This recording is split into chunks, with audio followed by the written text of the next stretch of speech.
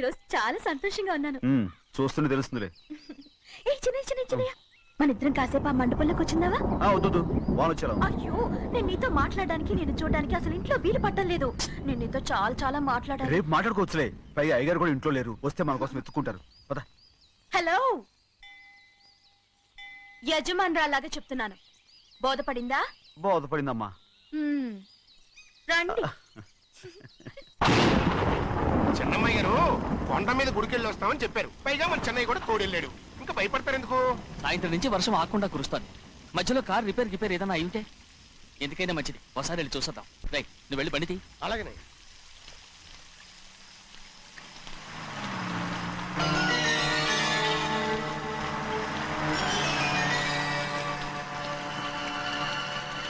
అయ్యా, అది చూడండి, ఆ కారు మందే అనుకుంటానండి. అవునయ్యా, ఆ బండి 288. నేను అప్పుడే చెప్పాగా బండి రిపేర్ ఏదన్నా అయి ఉంటుందని. రైట్, పక్కన ఆపరా. చాలా పొద్దుపోయింది, ఇంటికి పోదామా?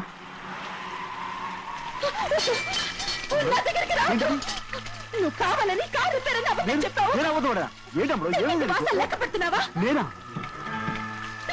అమ్మడు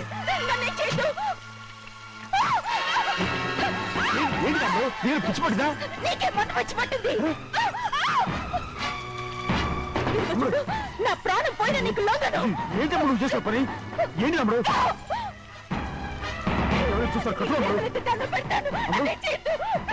ఏం చూసారు? పట్టుకుంటావా? ఎవరైనా వస్తారా? చెన్నయ్య,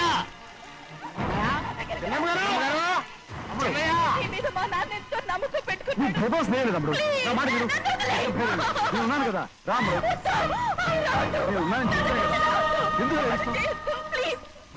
ఎందుకు నువ్వేం భయపడదు. నా మాట విను. అమ్మడు ఆడబడుతే ఏంటి పిచ్చిదాలేగా?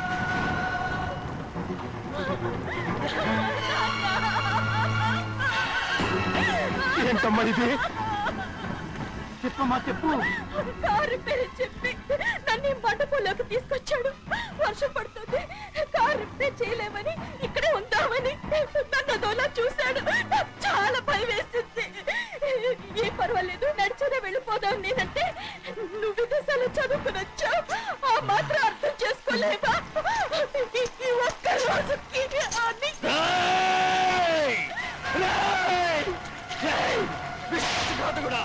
ఎంత పని చేశావురా? నిన్ను నా బిడ్డలా చూసుకున్నాను. అలాంటిది నా కూతురు వడ్డీ మీద చేస్తావా? నువ్వు మనిషివి కాదురా, నువ్వు మనిషివి కాదు, రాక్షసుడివి. తల్లిపాలు తాగి నమ్ముకుంటే నీచుడిరా. నాకేనే పొడిచిన నయవంచుకుడిరా. ఒరే ద్రోహి, ఇవాళ నుంచి నేను చచ్చిపోయాను అనుకోరా. ఇక నా ఇంటి గడప తొక్కతో. నిన్ను ఎలా పెంచాను రా? నా సొంత బిడ్డ కన్నా ఎక్కువగా పెంచాను. ఆ ఒకే ఒక్క కారణంగా నిన్ను ప్రాణాలతో వదులుతున్నాను. నేను బహానాలు చూపించుకో. ఇదే ఇంకోడైతే నువ్వు చేసిన తప్పుకి నరికేసి ఉండేవాడు.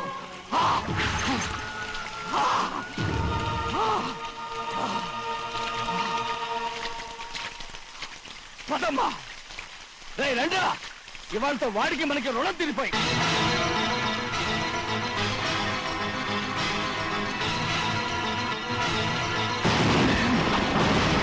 చిన్నబ్బాయి వద్దు, చిన్నబ్బాయి వెళ్ళొద్దు. నా మాట విను. 2 కుటుంబాలు కలవబోతున్నాయి. వద్దు చిన్నబ్బాయి. చిన్న వెళ్ళొచ్చినా, నా మాట విని చిన్న వెళ్ళొచ్చినా. ఆగో, ఎక్కడికి వెళ్తున్నావు? ఒక నౌకరేదమా నా అక్క కూతురు ఒంటి మీద చెయ్యేశాడని తెలుసుకోడా నన్ను నోరు మూసుకుని కూర్చోమంటావా? అటు తప్పుకున్నాయా? వాడి కాలో చెయ్యం నరకందే నేను నిద్రపోను. నరికేస్తే నీ పక్క చల్లారిపోతుందా? అందుకని పరువు పైన పర్వాలేదని చేతులు ముట్టు కూర్చోమంటావా? పొర్రుందిరా నీకు? వాడిని చంపేసి జైలుకెళ్ళి కూర్చుంటావా? పర్వాలేదు, జరిగింది విని గాజులు తొడుక్కుని కూర్చోవడం కంటే అదే మేలు. ఊళ్ళో నలుగురు చేత మొహం మీద ఉమ్మయించుకోవడం కంటే జైలుకెళ్ళడమే మేలు. తప్పుకో. వద్దు బాబు, నేను చెప్పేది కొంచెం విను. మా నాన్న చిన్నయ్య నెత్తి మీద పెట్టుకుని ఊరేగాడు. ఇప్పుడు ఆయనకు ఆయనే నిజం తెలుసుకుని బయటకు గెంటేశాడు. ఆ శిక్ష వాడికి చాలు. కానీ మీ చెల్లెలు పరువు పోయిందే, దానికి కారణమైన వాడిని నేను ఊరికే వదిలేయాలా? నువ్వు వాడిని నరికేస్తే జరిగింది మాసిపోతుందా? పోదు, కానీ కోపం కొంచెమైనా తగ్గుతుంది కదా. 2 రోజులు ప్రశాంతంగా ఉంటే అన్ని కోపాలు పోతాయి. అవును, నువ్వు కూడా 15 సంవత్సరాలుగా ప్రశాంతంగానే ఉన్నావు. కానీ మీ నాన్నకి నీ మీద కోపం పోనేలేదే. అలాగే నేను కూడా. తప్పుకోవద్దు.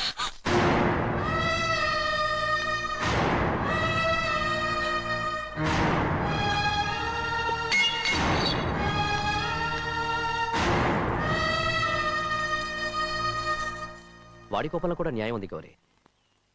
ఎవడో చేయేసిన దాన్ని ఎవడు చేసుకుంటాడు చెప్పు? న్యాయంగా చూస్తే వాడు చేసుకోవాల్సిన పిల్ల. వాడు మనతో పాటు చిన్న వయసులో వచ్చేసాడు కాబట్టి ఆ కుటుంబానికి విరోధయ్యాడు.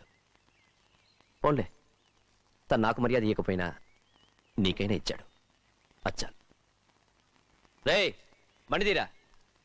ఎందుకయ్యా చెన్నైని అడగాలి? కలుపు తీయడానికి ఎంతమంది కూలీలు కావాలో చెన్నైకే తెలుసండి. శనక్కాయలు ఏ కొట్లో అమ్మాలో చెన్నైకే తెలుసండి. జొన్న చేనుకు మందు కొట్టారో లేదో చెన్నైకే తెలుసండి. అయ్యా మరి నేను వెళ్ళొస్తానండి. ఎక్కడికి వెళ్తున్నావు? చెన్నై దగ్గరికండి. ఎందుకు? అదేనండి, కౌలు డబ్బులు ఎవరెవరి పేరుతో ఏ ఏ బ్యాంకుల్లో వేయాలి, ఈ దివాణానికి కావలసినటువంటి వస్తువులన్నీ ఎక్కడ కొనాలి, ఇవన్నీ చెన్నైకే తెలుసండి. అడిగి తెలుసుకుందామని బయలుదేరా. ఏంటయ్యా ఇన్ని రోజులు ఇవన్నీ చెన్నై చూసుకుంటుంటే మీరందరూ ఇంట్లో తిని కూర్చొని ఏం చేస్తారు? గాడిదలు కాస్తున్నారా? చే ఇది ఇల్లా సత్రమా? అబ్బా నువ్వు ఉండవయ్యా, నేను చెప్తున్నాను కదా. వంటింట్లో ఏమేం చేయాలో ఎంతెంత చేయాలో తెలియక అందరూ ఖాళీగా కూర్చున్నారు. 2 రోజుల నుంచి చెన్నై పళ్ళకు రావట్లేదటగా. వెంటనే డ్రైవర్ పంపించి చెన్నైని పిలిపించాడే. 2 రోజులుగా నువ్వు ఎక్కడికి వెళ్ళావు? సముద్రం ఎలా ఉంటుందో చూద్దామని వైజాగ్ వెళ్ళాను. వెళ్ళా సముద్రంలో గోవిందయ్య అయ్యా ఈ లెక్క చూసి పంపించి. అలాగేనండి. అగా, నీకు లెక్క చూసి కదా డబ్బులు ఇవ్వాలి. మరి ముందే అయ్యా అయ్యా అంటూ ముష్టోళ్ళగా చేయి చెప్తావిట్రా. నువ్వు ఎప్పుడు వచ్చావు, నీకు ఎంత ఇవ్వాలి చెప్పు. గుమ్మస్తా మీరా నేనండి. మీకు లెక్కలు తెలియకపోతే వెళ్ళి చిన్నయ్య గారిని అడగండి. ఏంట్రా డబ్బా ఇస్తున్నావా? నన్ను ఉద్యోగం అనేది వెళ్ళిపోమన్నారు కదా. అంటే ఏడుస్తావిట్రా. ఎక్కడికి వెళ్ళాలో ఎలా బతకాలో తెలియక ఏడుస్తుంటా. సరే సరే సరే ఏడో ఒక. ఇప్పుడు మా ఇల్లు చూసుకోవడానికి ఎవరు లేరురా. నా కూతురు కూడా ఇక్కడే పని చేస్తుంది. మరి నువ్వు మా ఇల్లు జాగ్రత్తగా చూసుకుంటావా? అలాగేనండి. నేర్చుకున్నాడు. ఈ ఉద్యోగం పర్మనెంట్ కదండి? అది నీ నరకం మీద ఆధారపడి ఉంటుంది. అంతే కదా. ఆ. తప్పకండి. ఎలా ఉంది? అదేంట్రా నరాలు తగినట్టు నడుస్తున్నావు? బాలేదా? ఆ. ఇంకోటి నడుస్తాను. ఎలా ఉంది? ఆ, నువ్వు పర్మనెంట్ గా టెంపరవరీయే. ఆ. అమ్మా, చెన్నైని ఇంట్లోంచి బయటికి పంపించినంత మాత్రాన నీ ఆత్మ శాంతించదని నాకు తెలుసమ్మా. త్వరలోనే అక్కయ్యని నాన్నని కలిపి మన 2 కుటుంబాలని ఒకటి చేస్తాను. వెనక ముందు చూసుకోకుండా గొడ్డను బాదినట్టు బాధేశారు. కూతురు ఏం చెప్తే అది నమ్మేటమేనా? అసలు ఏం జరిగింది, ఎలా జరిగిందని ఒక్క మాట అయినా అడిగాడు ఆ పెద్ద మనిషి. పోనీ నువ్వైనా చెప్పలేకపోయావేంటి?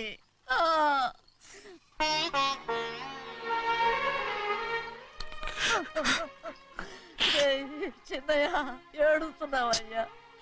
పెద్దయ్య కొట్టాడని బాధపడుతున్నావా? అబ్బే, పెద్ద కొట్టిన దెబ్బలు కాదని నేను బాధపడుతుంటా. ఈ నెలల్లో ఒక్కరోజు కూడా నేను ఆయన విడిచిపెట్టి ఉండలేదు. అలాంటిది 2 రోజులు అయిపోయింది ఆయన చూసి. అదే బాధగా ఉంది. బాధ ఇదే. చిన్నయ్య చూడు, ఎవ్వరికి కనపడకుండా పెద్దయ్య గారిని చూసిరారా. అప్పుడు నీ మనసు స్థిమిత పడుతుంది. లేదే, ఆయన తప్ప ఆయన తెలుసుకుని నాకు కబురు చేసేంత వరకు నేను ఆయన మొహం చూడను. ఆ దొంగ ముఖంది నీ మీద మనసు పడ్డట్టు నాటకం ఆడింది అనుకో. అది నీ యజమాని కూతురు అని తెలుసు కదా, నువ్వెందుకు మనసు పడ్డా? సిగ్గిడిసి తన అందరి ముందు పంపు సెట్ దగ్గర స్నానం చేస్తూ నా మీద పడ్డప్పుడు కూడా నేను మనసు పడలేదే. కానీ ఒకరోజు, అయ్యో ఏంటి తమ్ముడు మధ్యగానే పోయిందేంటి? పుస్తకాలన్నీ తగలబెడతావు, పైగా చదువుకో డిగ్రీ కాగితాలు కూడా మంటలు పడేస్తావేంటి? ఏమైంది నీకు? ఇదిగో మర్యాదగా మంటలవి. అవి నేను చదివి సంపాదించుకున్న డిగ్రీలు. వాటిని మంటల్లో వేస్తాను, చిప్పేస్తాను, నా ఇష్టం. అది అడిగే హక్కు నీకు లేదు. అవి మంటల్లో వేయకపోతే ప్రాణానికి ప్రాణంగా చూసుకుంటున్నావే మా నాన్న. ఆయన మీద ఒట్టు ఇల్లో ఇలా పడి చేస్తాను. వెయ్యి.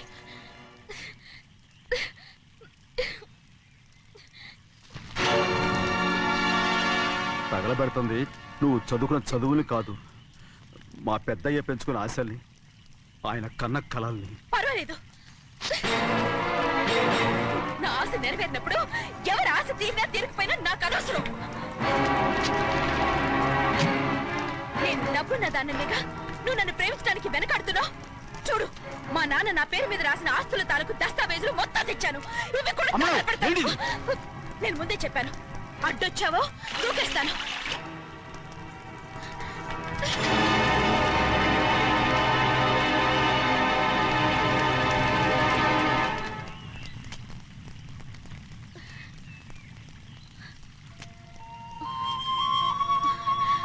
చూడు, ఇప్పుడు నేను ఒట్టి ప్రభావతిని. నాకు చదువు లేదు, డబ్బు లేదు. ఇప్పుడేను ఒప్పుకుంటావా? మరి చిన్నపిల్ల మాడతావేంటి? ఎన్ని చెప్పినా సరే నువ్వు మా పెద్ద కూతురువి. అలాంటిది నేను పెళ్లి చేసుకోవడం ఏంటి? మరి అర్థమైన మాడతావు.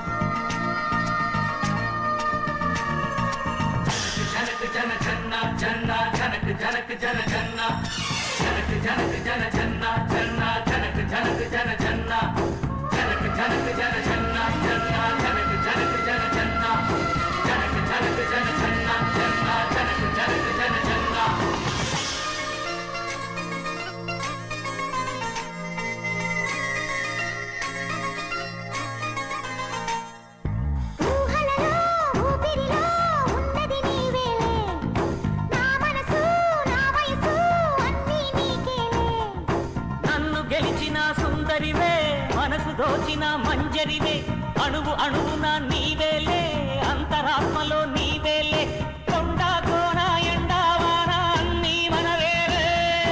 జనక జనక జన జన్న జన్న జనక జనక జన జన్న జనక జనక జన జన్న జన్న జనక జనక జన జన్న.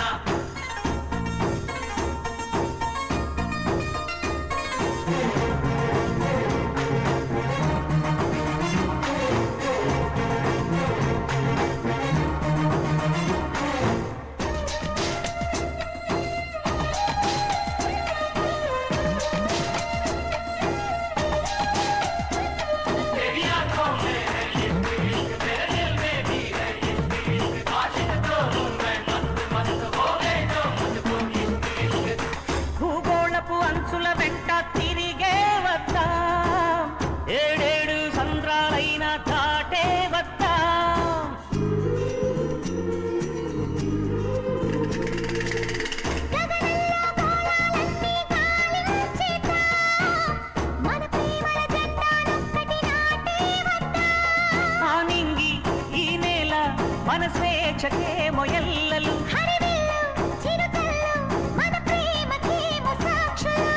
చంద్రుడెరుగని పున్నమి రాత్రులు ప్రేమలోనే ఉన్నాయిలే.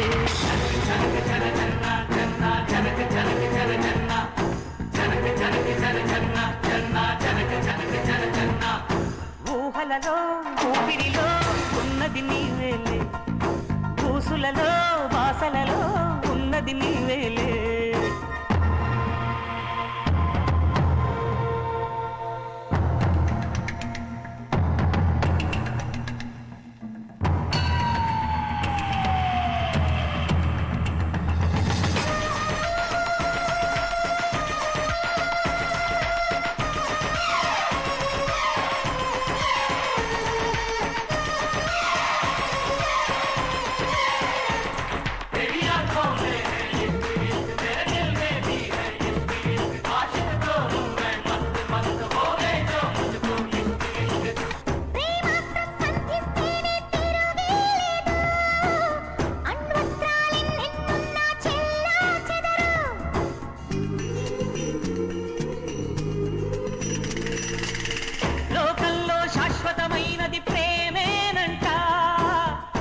ప్రేమకి కావలసినది మనసేనంట.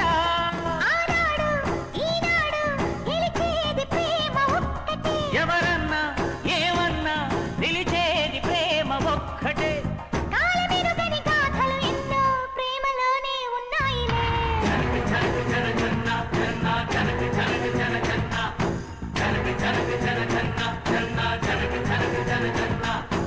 ఊహలలో ఊపిరిలో ఉన్నది నీవేలే, నా మనసు నా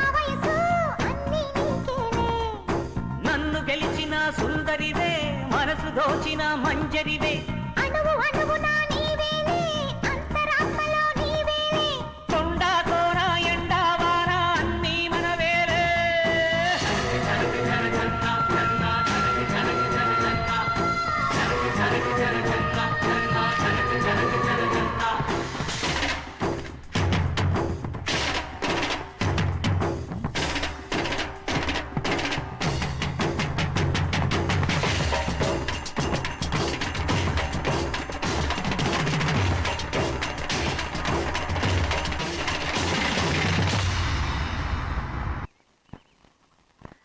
ఆ రోజు తగలబెట్టిన కాగితాలన్నీ నకిలీవైనా ఉండొచ్చు.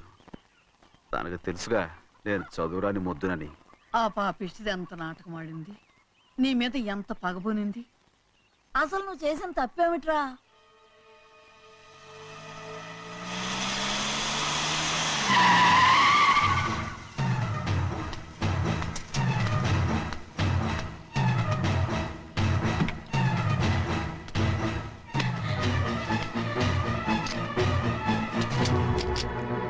నేనా నీ వెంటబడి తిరిగాను? నేనా నేను ప్రేమించమని అడిగాను? నేనా నేను పెళ్లి చేసుకోమని అడిగాను? ఆ రోజు గుడికి రమ్మంది ఎవరు? వద్దన్న మండపానికి తీసుకెళ్ళింది ఎవరు? చేసినంత నువ్వు చేసి నేనేదో చేసినావే. నేను నిజంగా పాప పోనీలే ఆడదాని వారు ఊరుకుంటున్నాను అనుకున్నావేమో. పొరపాటు.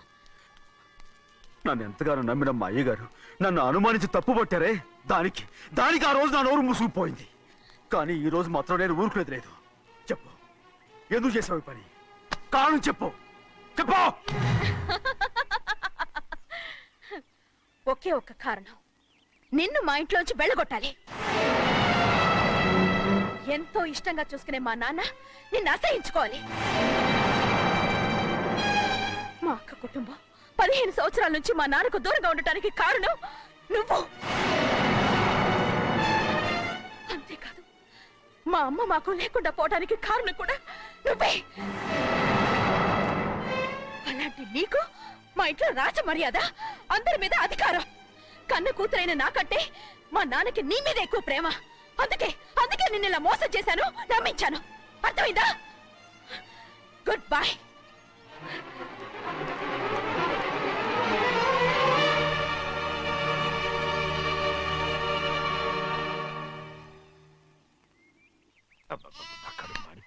ఏంటి నాన్న, బాగా ఆకలాతుందా? అవునమ్మా, ఇడ్లీ దమ్మని ఆ బస్సు గాని పంపించి 2 గంటలైంది. అప్పటికి ఆలస్యం అవుతామని నా బండి కూడా ఇచ్చి పంపించా. వచ్చేసా.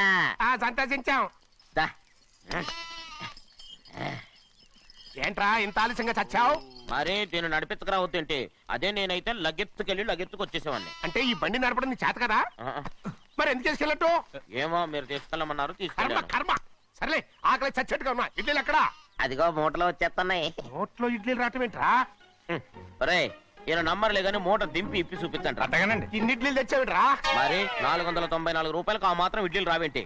494 రూపాయలకి ఇడ్లీలా? మరి అదే చెప్పడమేమో చెప్పేస్తారు, ఆ తర్వాత మర్చిపోతారు. మనీ నాగమణి. నాగమణి ఏంటండి? ఏంటంట? అప్పుడు మీ నాన్న నాతో ఏం చెప్పాడు? ఉండండి, ఆలోచించుకుని చెప్తాను. ఏంటమ్మా, ఫ్లాష్ బ్యాక్ వెళ్తున్నావా? అవును. బాబా ఆకలేస్తుందిరా.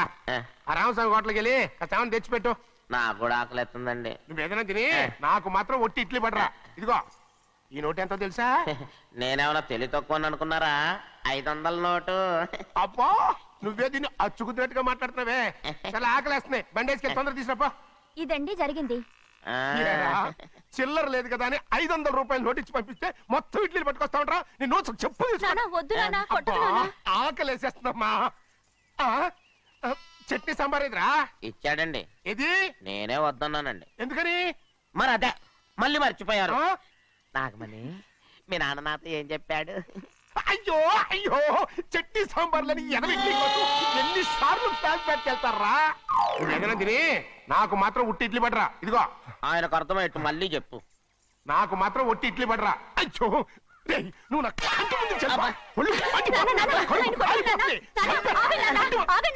ఆయనతో పాటు నేను బయటకు వెళ్ళిపోతాను. ఎందుకంటే ఆయన నేను మీ దిక్కుమాల ప్రేమ కథ వినే ఓపిక ఎవ్వరికి లేదమ్మా. అయినా నువ్వు అనేది ఏముందిలే, అతను లేకుండా నేను బతకలేను అంటావు అంతే కదా. అయితే ఓ కండిషన్ రా.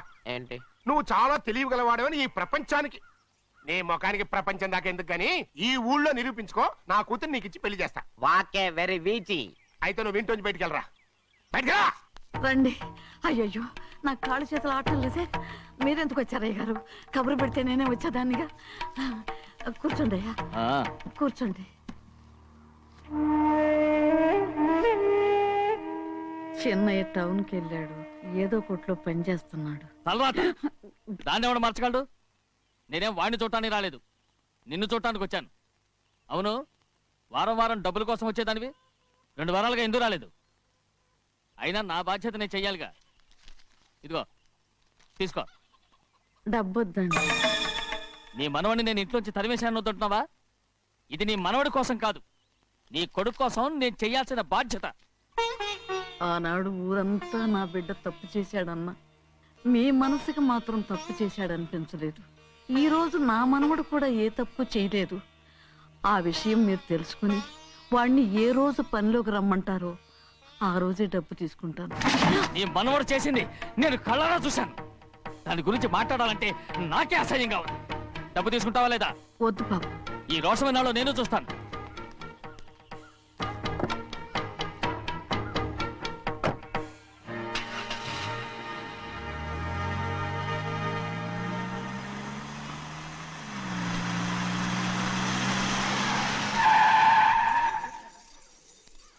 ఏంట్రా అందరూ ఇంట్లో పనులు మానేసి బయట కబుర్లు చెప్పుకుంటున్నారు? పెద్దమ్మాయి గారు అల్లుడు గారు మన ఇంటికి వచ్చారండి.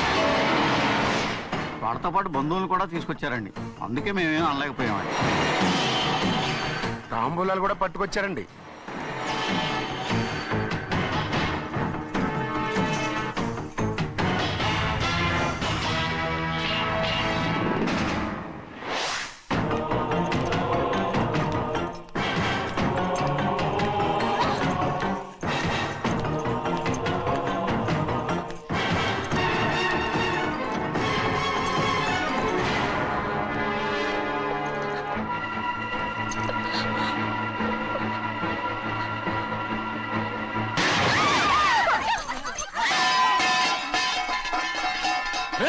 అయ్యా 15 ఏళ్ళైంది బంధాలు తెగిపోయి.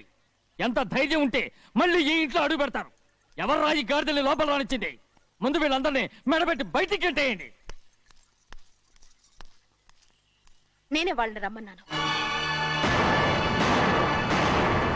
ఎందుకు రమ్మన్నావు? నా పెళ్లి గురించి మాట్లాడడానికి. నీ పెళ్లి గురించి మాట్లాడటానికి వాళ్ళెవరు? నా తోడ పుట్టింది, మీ కన్న కూతురు. దాని మెడలో తాళి పండే రోజునే ఆ వర్షం మారిపోయింది. తాళి కట్టించుకుని వేరే ఇంటికి వెళ్ళినంత మాత్రాన మీ కూతురు కాకుండా పోతుందా? ఈ విత్తనవాదం వద్దు. రమ్మని చెప్పి నువ్వే, వాళ్ళని పంపని చెప్పు. అంత కాని పని మేమేం చేశాం బావా? ఇంకోసారి బావాన్నావు అంటే మర్యాద తక్కదు.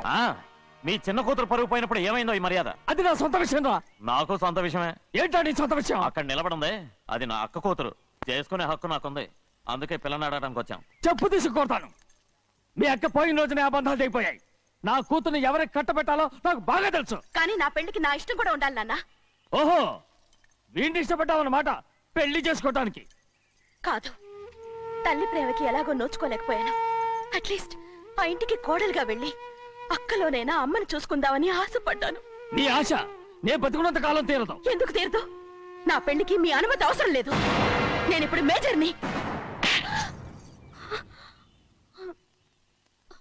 ఎవరితో మాట్లాడుతున్నావే? ఆయన మనకు జన్మనిచ్చిన తండ్రే. ఆయనకిష్టం లేకుండా నీ పెళ్లి జరిగిపోతుంది అనుకుంటున్నావా? నువ్వు మేజర్ అంటున్నావే. ఇంతవరకు నిన్ను చదివించి పెద్దదాన్ని చేసింది ఎవరు? విదేశాల్లో చదివినంత మాత్రాన నోటి వచ్చినట్టు మాట్లాడతావా?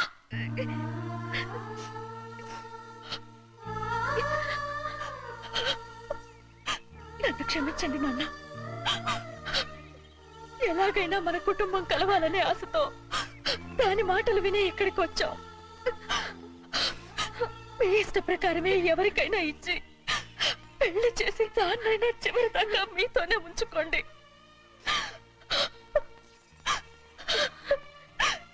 వెళ్ళొస్తానన్నా. ఎందుకు వదినా వెళ్ళొస్తామని చెప్తున్నావు? ఈ జన్మలో ఇక్కడికి రాలేమని తెలిపోయింది కదా, వెళ్తామని చెప్పు.